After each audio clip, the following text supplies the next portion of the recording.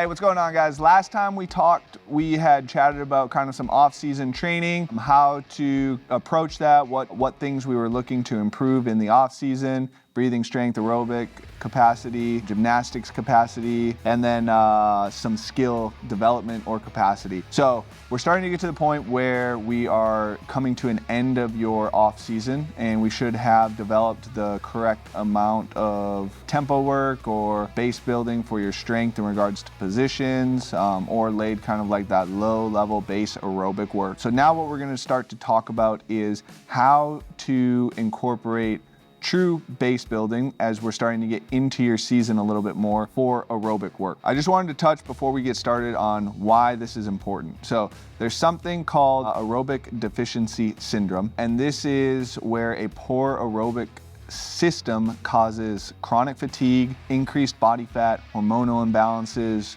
actually reduced endurance. And so what ends up happening with CrossFit is you get into your season and you start doing a bunch of high intensity, high aerobic power output work, and you really start to kind of get away from true aerobic capacity building work. And so over the course of your season, we can start to develop this aerobic deficiency syndrome and start having injuries pop up. Our cortisol levels are constantly high. We can't lose weight for some reason, despite maybe needing a gymnastics to lose weight for gymnastics for next year. We feel like we just aren't in shape anymore. So this is kind of why we like to use this time period, really no matter who you are as an athlete, even if it isn't necessarily a priority, to just kind of realign your anaerobic and your aerobic systems.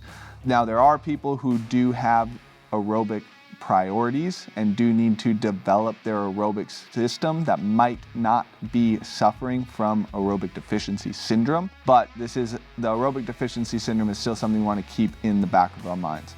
So when we are building a base for your aerobic system, we're looking at a 6-month minimum for someone who has a priority. For someone who doesn't have as much of a priority, you're looking a little bit closer to kind of like a 3-month minimum, and it becomes more of like kind of build the base and get you above your ability level, your previous ability level, and then we're just going to try and maintain for the rest of the year and work on some of your other priorities. For somebody who does have a priority in this, we're going to need to take those entire 6 months to develop your base in kind of like that first 3-month cycle or 12-week cycle, and then use that base that we just built to develop a higher threshold for you in that next 3-month cycle.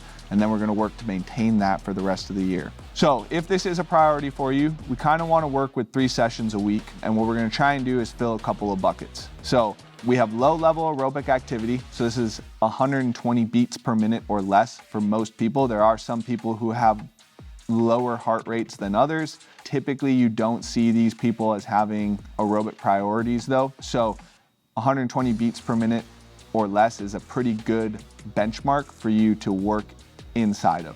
This is your true aerobic system. So this is where you're only utilizing fat as your energy source.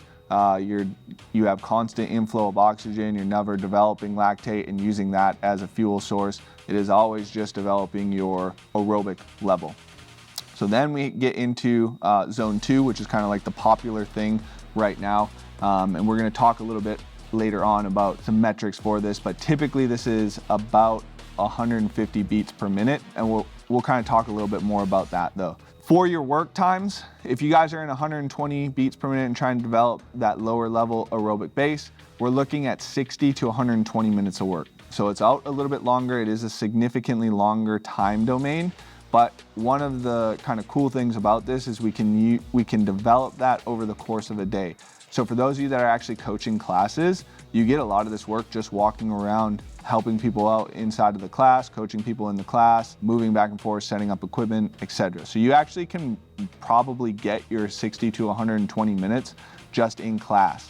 Otherwise, if you actually go out for a walk and just do like 3 30-minute walks, you can get this very easily. Even 4 20-minute walks or 3 20-minute walks, you can get this lower level aerobic work pretty easy. It doesn't have to be in the gym, but it is going to set an awesome base. If you are walking, you're going to get some vitamin D, which is always a plus for the immune system for when we go train harder in the year.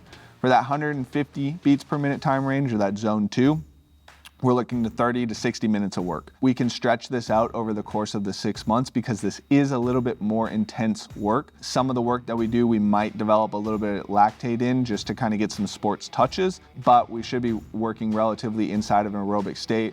Still, we want to try and develop that volume over the course of the year, potentially even over the course of many years if you're training with the same individual, same coach. How do we keep these sessions sports specific over the course of a year? If you only do machines, you are only going to get good at machines. You're not going to get good at the actual sport.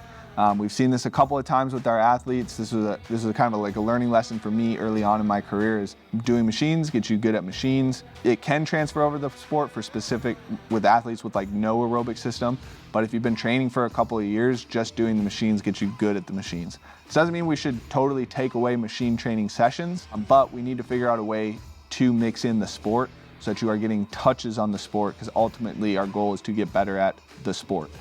So we have 3 sessions here. Our first session, we're gonna go every 5 minutes for 6 to 12 sets. This brings us out to that 30 to 60 minute time frame. 7 burpee box jump overs, 7 chest to bar, 7 drop and reset power cleans. The remaining time of that window, you guys are gonna easy cyclical machine of choice. Change it up each window. So similar to a fartlek in running, if you guys have heard of that, you kind of chill at your aerobic base, pick it up to a faster speed, probably a little bit faster than your race pace or kind of whatever you're feeling for that day, for a set amount of time, and then you come back down. That's what this session is meant to mimic. Pick it up to game pace, maybe even a little bit faster than game pace, and then bring it back down into developing that aerobic system. And so now we're kind of touching a couple buckets here. Again, we got faster sport work, back down into the aerobic system. Faster sport work, back down into the aerobic system. So you're teaching your body how to work quickly in the sport, still getting touches and efficiency and central nervous system stimulation with the sport, while still developing your aerobic system by getting on a machine post this mixed work. Our second session is a 4K C2 bike, 4K row, 4K ski erg, and 4-mile echo bike. We have a set heart rate range that we're gonna talk about here, but this will just be machine work, and it is solely designed to only work the aerobic system. This isn't necessarily working for the sport, but machines are also a part of the sport. I know I said we don't want to, but we also don't want to fully move away from it because it does target the aerobic system very efficiently. We can monitor our heart rate really well with using just machines. So if you guys see in this session, we have 180 minus your age beats per minute. So this is working at what is called your maximum aerobic function, or MAF. This has become, there've been a few kind of other camps that have put this info out there, but it was a protocol created by Dr. Philip Maffetone. But what he found is that typically people have like a max heart rate and they do the 220 minus your age, but that isn't necessarily the most accurate to come up with your max heart rate. It also gives you some weird aerobic zones when you go into like quote unquote zone training. And what this guy found is that if you take 180 minus your age, and there's a couple other factors in there, like if you've been training for 2 years and haven't gotten injured, you can add a couple beats per minute. If you've been chronically ill, subtract 10 beats per minute. If you've been injured or coming off an injury, subtract 5. But that 180 minus your age will get you to work at your maximum aerobic function, and you're not spilling over into kind of like a lactate threshold. And so we can kind of develop that aerobic system specifically by using this protocol and getting on just machines, where mixed work might spike the heart rate. Machines will keep it very constant and very consistent throughout the course of the session. The last one we have here, 60 minutes at 150 beats per minute. This will give you a set target time. We got some mixed work in there with Cindy, and we also have kind of like a little bit different nasal breathing implement here, but 60-minute AMRAP, 150 beats per minute. Row 1K, 3 rounds of nasal breathing Cindy. C2 bike 2K, 3 rounds of nasal breathing DT with light dumbbells, 35 and 20. So what this is going to do is it's going to touch on kind of that 150 beats per minute, which is, if you're age 30, subtracted by 180, you're right around in the ballpark, your maximum aerobic function. It's also going to teach us how to breathe during the movement. So this is kind of knocking out a skill-specific portion of our aerobic training while also teaching you how to breathe well through the movements, which is kind of something we talked about in our off-season video. You can never do enough breathing work in the sport. Nasal breathing is a great way to develop breathing patterns for movements. In this one, we have a hinge and upper pull, upper press, lower squat, and a lower pull. So it's getting us to breathe in a lot of different patterns and learn how to breathe in a lot of different patterns. The weight is light, so it shouldn't spike the heart rate up. You guys might start to see a little bit of like a heart rate creep during this one, and that just means the heart rate does tend to get a little bit higher. So you might see your paces decrease because there is mixed work in this one, but for the most part, because we're wearing that monitor, when we get on the machines, we can bring it back down to 150 beats per minute and just consistently cruise at that pace. So this is kind of what we're looking for session-wise as we go to develop our aerobic system this year. These are sessions that you would see, or variations of these sessions that you would see roughly 3 times a week if you had an aerobic kind of deficiency. Again though, programming for individuals is complicated and it's not just a plug and play process or blindly follow a program and you get better. A lot of people do see results just kind of blindly following a program. But if we can make sure that we're assessing the athlete, figuring out what their deficiencies are, we can really dial in specifically what they need and then use sessions like these to kind of alter and work specifically on, or give them specific protocols to develop whatever it is their deficiencies in the sport are.